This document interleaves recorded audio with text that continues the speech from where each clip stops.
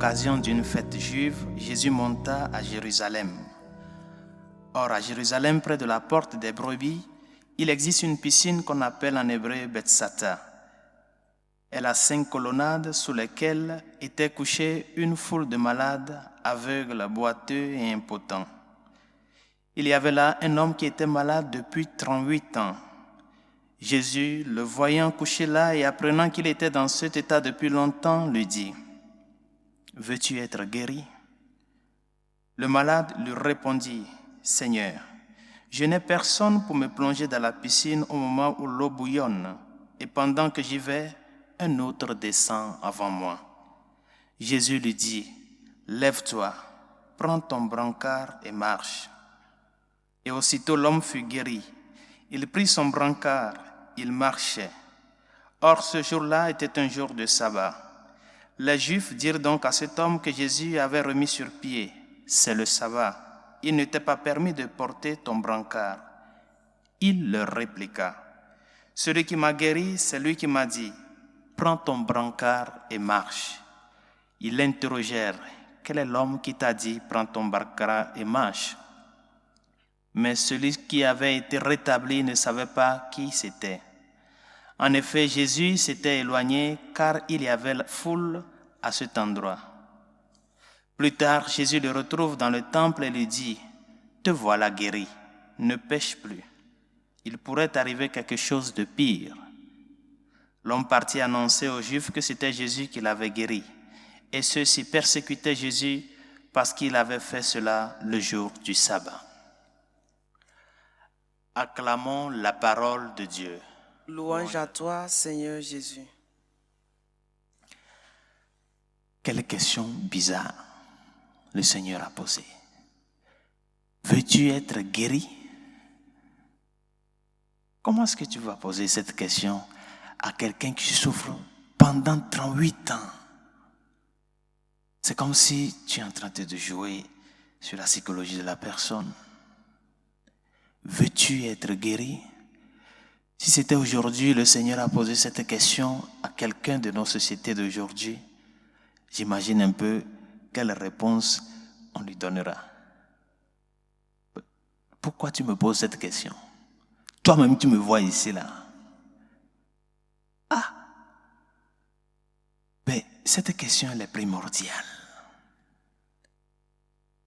C'est la compassion de Dieu qui ouvre la porte du salut à l'homme. Dieu, la première révélation que Dieu a faite à l'homme, c'est de se révéler lui-même. Il s'est révélé lui-même. Il s'est communiqué lui-même à l'homme. Par conséquent, ce n'est pas une question anodine. Il faut une adhésion plénière à l'acte que le Seigneur va faire. Mais en dehors de ça, il y a une grande leçon que l'évangile de ce jour veut nous donner. L'attitude de ce paralytique qui espère 38 ans, pendant 38 ans, espérant une guérison, nous démontre l'impuissance du cœur humain de pouvoir satisfaire la soif de son bonheur. C'est seulement celui qui a créé cette soif, c'est seulement celui qui a créé ce désir du bonheur en nous qui peut le satisfaire. C'est lui seul qui peut l'abreuver. Nous sommes impuissants de nous rendre heureux nous-mêmes. Et quand je parle d'être heureux, je ne me limite pas aux questions matérielles. Parce que d'ailleurs, Arthur Schopenhauer le dit bien, Schopenhauer qui n'est pas un chrétien le dit bien, que la vie de l'homme, c'est comme un jeu entre la souffrance et l'ennui. Il souffre quand il n'a pas quelque chose, il le désire tellement, et quand il l'a, il s'ennuie de l'avoir. C'est-à-dire Il se fatigue de la voir. Schopenhauer est en train de parler de la réalité matérielle, du bonheur matériel. Nous luttons tous les jours, nous souffrons, aller revenir. On veut une vie aisée. On lutte, on lutte, on lutte. Et quand on l'a, on s'ennuie de cela. Pour nous dire que notre vrai bonheur, c'est dans le Christ. C'est le Seigneur qui peut abreuver cette soif-là que lui-même il a créée en nous. Ce n'est pas toi et moi qui avons créé en nous la soif du bonheur. C'est le Seigneur lui-même. Parce que le vrai bonheur, c'est cette communion de vie avec lui. Bien chers amis, veux-tu être guéri? Veux-tu satisfaire vraiment? Ou veux-tu que cette soif du bonheur, cette soif de salut, veux-tu que cette soif soit abreuvée vraiment? Approche-toi du Seigneur. Ou du moins, laisse-toi pour qu'il te voie. Et ne te désanime pas. Toujours en chemin. Toujours en chemin. Dans la lutte, la persévérance et la fidélité au Maître. C'est lui qui abreuvera nos soifs. Et c'est pour cela, le paralytique, finalement, n'est pas rentré dans l'eau. Prends ton brancard et marche.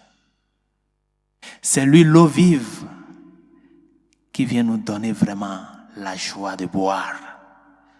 Où est-ce que tu cherches cette eau-là? À quelle source tu bois, cher ami? Viens à lui. Sois conscient que c'est lui qui a créé ce désir en toi, ce désir du bonheur, ce désir de vivre uni à lui, c'est lui qui l'a créé. Le reste est secondaire. Nous aurons ce que nous voulons. Nous lutterons pour tout. Mais le vrai bonheur, c'est le Christ. C'est lui qui est l'eau vive, qui vient abreuver ta soif, qui vient abreuver ma soif. Et cette soif, il a abreuvé à travers le sacrifice de la croix. C'est là où tout est accompli. Que ces 38 ans d'espérance de ce paralytique nous montre vraiment la persévérance à la suite du Christ. Peut-être nous espérons des solutions magiques. Nous espérons des solutions immédiates. Mais la vraie solution est de lui. Parce que c'est lui-même qui a créé cette soif-là. Que sa grâce nous y aide.